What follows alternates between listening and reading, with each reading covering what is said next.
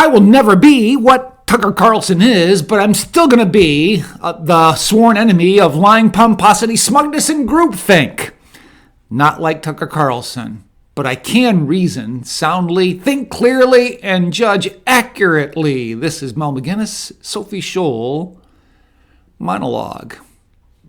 Found this quote. I gotta say it. We are certainly living in a time of rapid changes.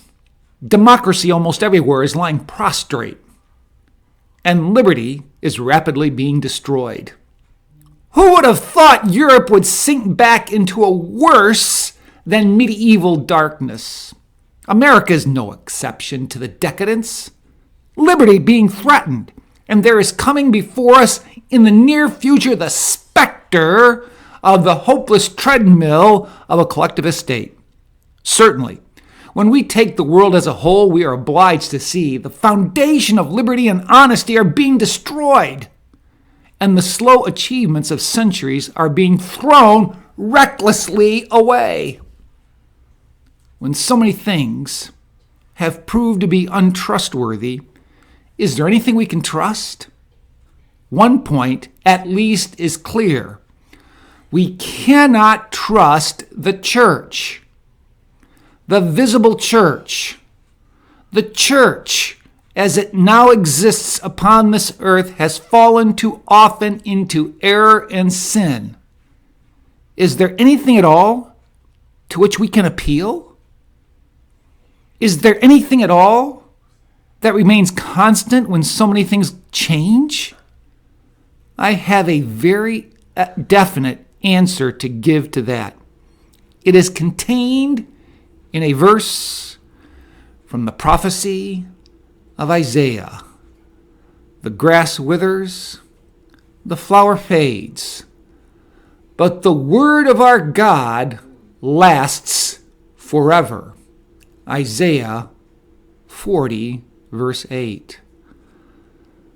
The frank warning and exhortation went out over the airwaves of WIP in Philadelphia by Dr. J. Gresham Machen, Orthodox Presbyterian, Westminster Seminary, in 1933. 1933, he said those words. See, he was a classic Reformation theologian. He would have subscribed to this statement.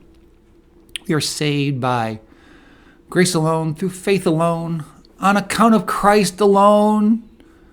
The glory be to God alone, based altogether on Scripture alone. Notice he didn't say church alone.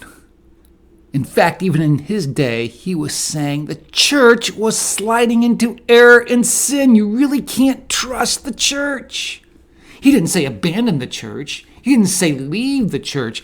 He said that is something you cannot ultimately trust. The visible church, that is the church here on earth that you see gathered together in buildings.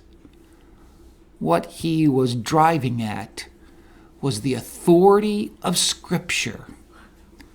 The authority of Scripture cannot be minimized or marginalized, particularly, but not exclusively, in the church.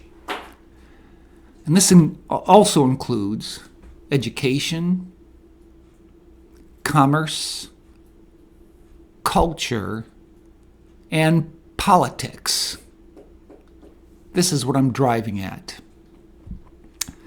Abraham Kuyper, a Reformed theologian and statesman in his day, a century ago, said this: "There's not one square inch in the whole domain of human existence over which Christ, who is sovereign, does not cry, 'Mine.' Everything is the Lord's."